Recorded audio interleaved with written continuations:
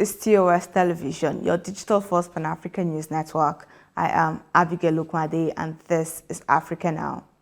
A team of scientists said on Wednesday they had developed a male oral contraceptive that was 99% effective in mice and didn't cause observable side effects, with the drug expected to enter human trials by the end of this year. The researchers monitored weight, appetite, and overall activity, finding no apparent adverse impact, although mice, of course, can't report side effects like headaches or mood changes.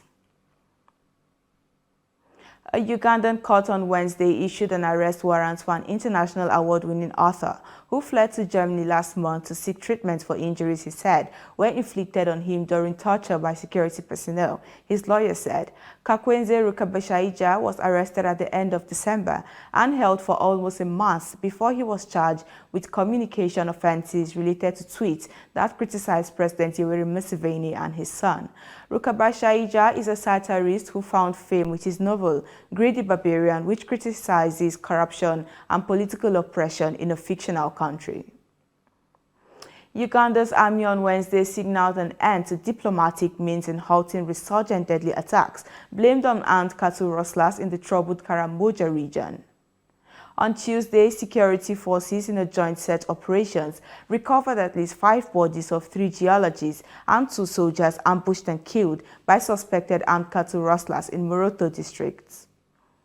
At least 15 people, including a female member of the Somali Federal Parliament, were killed in 2 suicide bombings in Beledweyne town in central Somalia. Prime Minister Mohamed Hussein Roble has termed the killing of Amina Mohamed Abdi as an assassination. The suicide bombings in Beledweyne occurred hours after an Al-Qaeda-allied militant killed at least 8 people, including 5 foreign nationals, in an assault on the Haleni camp, a fortified airport complex that houses UN offices and foreign missions. Sudanese demonstrators erected barricades that paralyzed much of the capital, Khartoum, for the second day, protesting against a military coup whose leader called for dialogue. Sudan has been in a political deadlock and economic turmoil since a coup in October ended a civilian-military power-sharing agreement. Military leaders have not appointed a prime minister.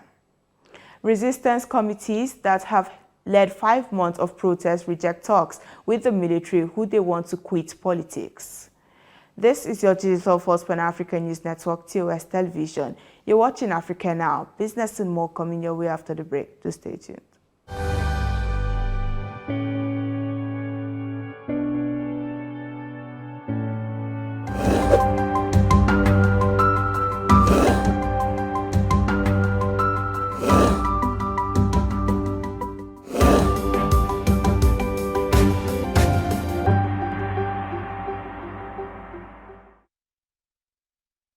Welcome back in business. Fuel prices rose again for the second time in a week. The Zimbabwean Energy Regulatory Authority said, citing the war in Eastern Europe as the major cause. The war is affecting commodities beyond fuel. Its ripple effect hit hard on Zimbabwe, that heavily relies on Eastern nations, including Russia, China, Belarus, and Singapore for trade, and gets at least half of its wheat from Russia. According to the latest trade data, Zimbabwe's biggest import is fuel and oil, which made up 21.5% of all imports in December of 2021. Now, a 5-year ban has been lifted off a Tanzanian newspaper, Mawio. The newspaper can now publish again.